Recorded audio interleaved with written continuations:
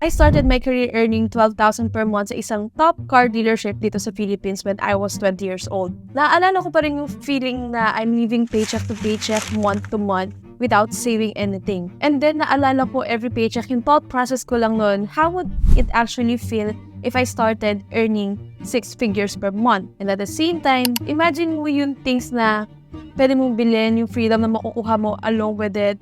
And I was thinking during that time, how would I feel less broke than I was today? Pero bakit?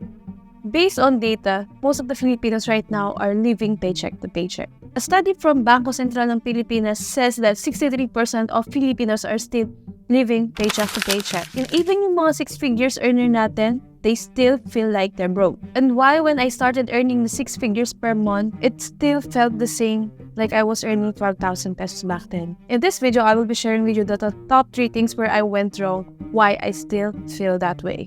The first reason is income versus living. This applies when I started earning more than sa kinikita ko, no? O kumikita ako ng 12,000 per month. Just a quick backstory. After that, we jumped into different kind of businesses. The first one is a travel business. No, 2020. You know what happened after 2020, right? Like a COVID, so it pushed us to shut down and have me find a work na hindi affected ng pandemic. So fortunately, I had one. Yun yung time na I was earning twice the amount I was getting from my first job. It feels good. It feels right. You can, nakakapagbigay ka sa parents mo, you get to pile your savings up. During pandemic, walang masyadong gastos, yung mga grocery lang. So, I started piling up my savings back then. But then here comes the big part. Few months into that new work, kinailangan mag-relocate new work namin since the COVID situation here in the Philippines is getting worse. After 6 months, they needed to go back to Australia. So after nangyari yun, balik tayo sa square one. So what we did with my savings and my business partner saving, we started to open up a business and doon nag-start yung growth natin from where we at few years back. And then, if you've noticed, I'm not sure if it's just on my end, but the living expenses right now is double, triple the amount it was way back then. Example, I could still remember 2020 lockdown. Isa lang yung ID ng mga lumalabas bahay and they go grocery shopping, mamamalengke sila and such. Naalala ko na nagpadala ako ng 3,000 pesos sa mother ko and she came back with the boxes of goods of Korean foods na pwede namin lutuin na I did good for 1 month. Now, pag pupunta sa mga grocery, you can feel na yung 3,000 mo, minsan ilang milkis lang yan. Isang pack lang ng seaweed. Sobrang konti lang na mabibili mo right now. I believe this is the first thing that affects kahit sobrang laki na ng kinikita natin is still not enough. Number 2 is Diderot effect. I got this book in here because I want to cite it properly. One thing I've learned in this book was the Diderot effect. So, to make it simple, and make it understandable, the Diderot effect states that obtaining a new possession often creates a spiral of consumption which leads you to acquire more new things. To put it simply this way, if you still remember, gusto mo i-upgrade yung Cleopatra mo to buy a sofa. So what you did is, bumili ka ng bagong sofa, nilagay mo siya sa room mo. Nung nalagay mo na sa room yung sofa mo, feeling mo, you started to question about the layout of your room. Feels like it's not aesthetic enough. Feeling mo, ang pangit ng table na kapartner niya. Ang pangit ng rug. So, you are pushed to buy new things because meron kang trigger na isang ginawa.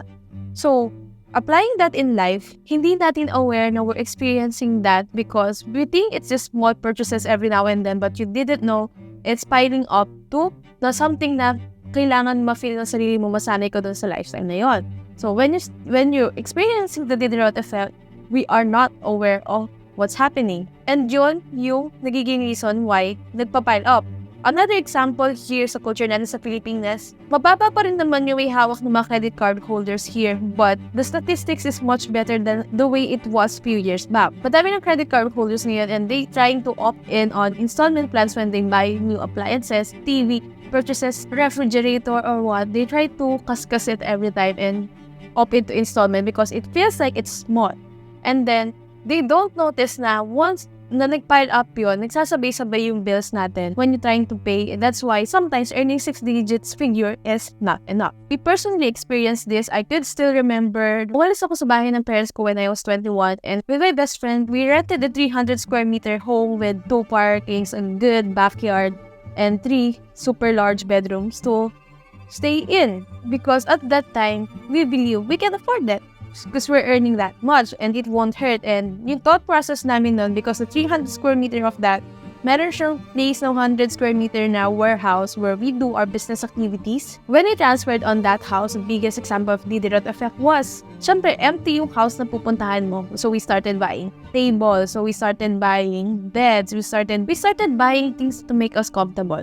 We didn't notice it's cutting much on our personal finances and sa business expense. Number 3 is we're diving headfirst without properly setting up the foundation of our finances. Let's face it, talking about personal finance is a broad topic because isi-state ko dito yung mga problems na I encountered along the way to share it with you guys para hintiwasan nyo na to. First is not building your emergency fund. I can still remember applying for my first car loan at the age of 21, single sign, without my emergency funds. Yung thought process ko nun, I have this amount of money, kaya naman itong bayaran every month, kaya naman i-cover to. Let's dive into that. So, what happened? I was approved, single-signed. Nilabas ko yung sasakyan ko. Nilabas na rin yung sasakyan ko. And after 2 years of continuous payment, there was a time that nag-slack ako. Nag-delay ako ng 2 months sa payment because the cash flow during that time was not enough. Mantigdag ako ng sakit ng ulo sa sarili ko. So, that's why we need to have that emergency fund. On a rule of thumb, it's 3 to 6 months of your expenses. Disclaimer na, I just want to clarify this. We're using the expenses basis. It's not necessarily 3 months of your earnings. What I advocate is to compute all your expenses and mag-build ka lang ng 3 to 6 months of that. You're earning 40,000 but your total expenses is 20,000 including your savings. Make sure na you get to save 3 months worth of 20,000, that's 60,000 on starting point para may emergency funds ka. Why 3 to 6 months? Because based on study, yun yung timeline na pag nawalan ka ng trabaho, that was the timeline na pwede ka makahanap based on study. First, fix your emergency funds. Make sure you have enough savings. This is the big thing. Don't lose the objectives of different bank accounts. Ito yung super guilty ako when I was starting my personal finance game and I learned it the hard way. Una-una, yung savings account mo, literal na savings lang yung nilalagay mo doon para hindi malito yung purpose ng ginagawa mo. So, question is, saan mo ilalagay yung mga daily expenses mo? This is something na hindi na ituro sa akin nung bata ako nung I was starting my career. Ang checking account is used to have our daily transactions for us to pay bills para mas madali yung cash withdrawals natin in the future. Don't mix up savings and your checking account. One half na natutunan ko from here is just to really have a separate bank accounts for each. And having a credit card is another topic, but I'll share it with you. Most of my transactions in the past few years, especially sa mga fixed transactions ko when it comes sa home expenses, sa bahay, sa groceries, sa such, we swipe it on the credit card. Why? Because every sahod or every time na may pumapasok na pera sa akin, that's the only time I pay my credit card and put everything on savings. So, when I pile up my savings, hindi ako required to use those savings and kagandahan nun, it improves your average daily balance. So, disclaimer lang, the next things I would talk about is not sponsored. This is just pure based on experience and something I really love to share.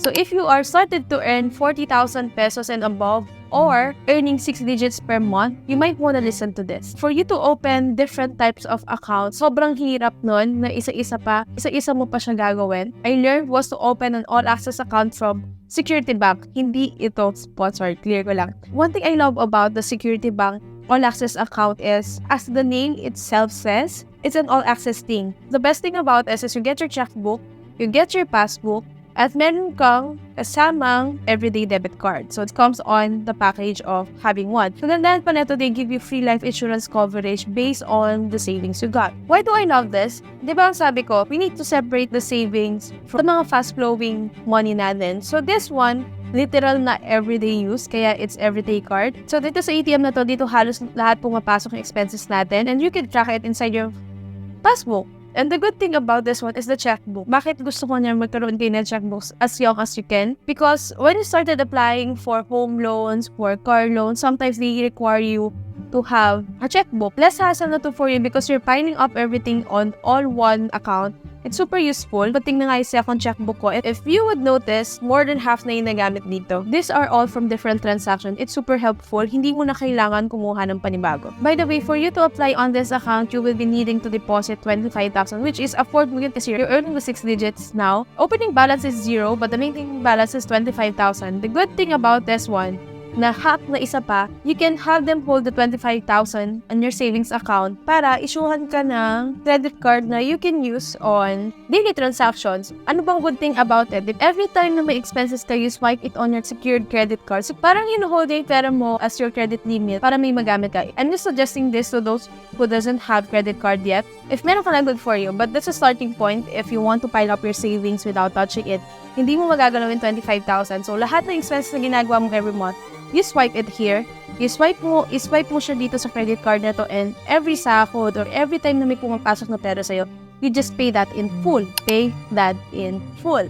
But on top of it, I just want to share, hindi ito yung ginagamit kong card because they serve another purpose.